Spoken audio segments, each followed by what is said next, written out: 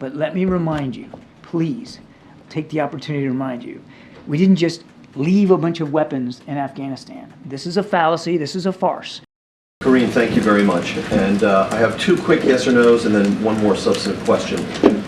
First, on the Israel-Hamas conflict, has President Biden, through any means, conveyed to the Israeli government that a failure by that government to adhere to the prescriptions for the conduct and phasing of the war that U.S. officials have proffered to the Israeli government would be met with a withdrawal by the United States government of any of the money, weapons, or intelligence that we have been providing? The President's been crystal clear on this, James. We're going to continue to support Israel as they continue to fight against a violent and viable threat by Hamas.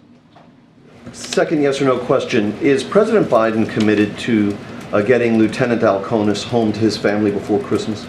I think I want to be careful here. I don't get too much into what is still a legal process. So I think to be safe, I'm going to refer you to the Justice Department on his particular case. On the Ukraine conflict, I want to revisit the concerns that you have expressed from the podium about a burgeoning and active defense partnership between the DPRK and Russia. You've declassified satellite imagery and intelligence purporting to show that North Korea has, since the Ukraine conflict began, been supplying direct lethal materiel to the Kremlin.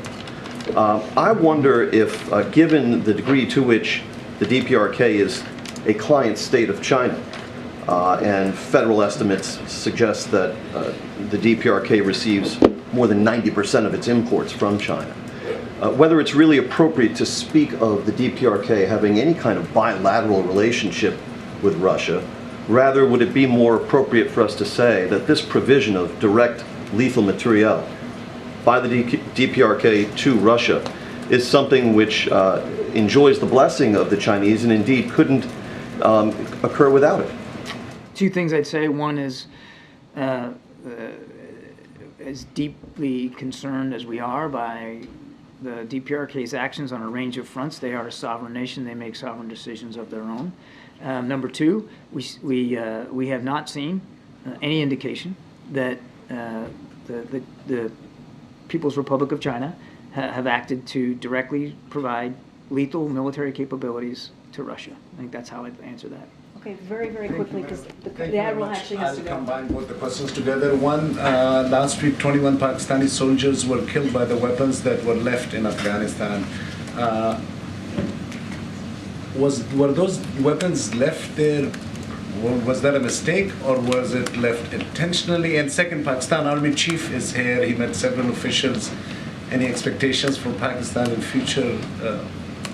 Any expectations from Pakistan to play some different kind of roles in coming days? Pakistani Army Chief is here. He met several. I would refer you to the Defense Department on those discussions. Obviously, Pakistan remains a key partner in the region. They continue to face a viable terrorism threat across that border, and I'm sure that our Defense Department colleagues will have more to say on that. I haven't seen the reporting on these to verify what you've said about weapons left in Afghanistan participate or being used to. 21 soldiers that were killed in Pakistan, the weapons that the Taliban used were the weapons that the U.S. left in Afghanistan, the goggles. I haven't seen those reports, but let me remind you, please, take the opportunity to remind you, we didn't just leave a bunch of weapons in Afghanistan. This is a fallacy. This is a farce.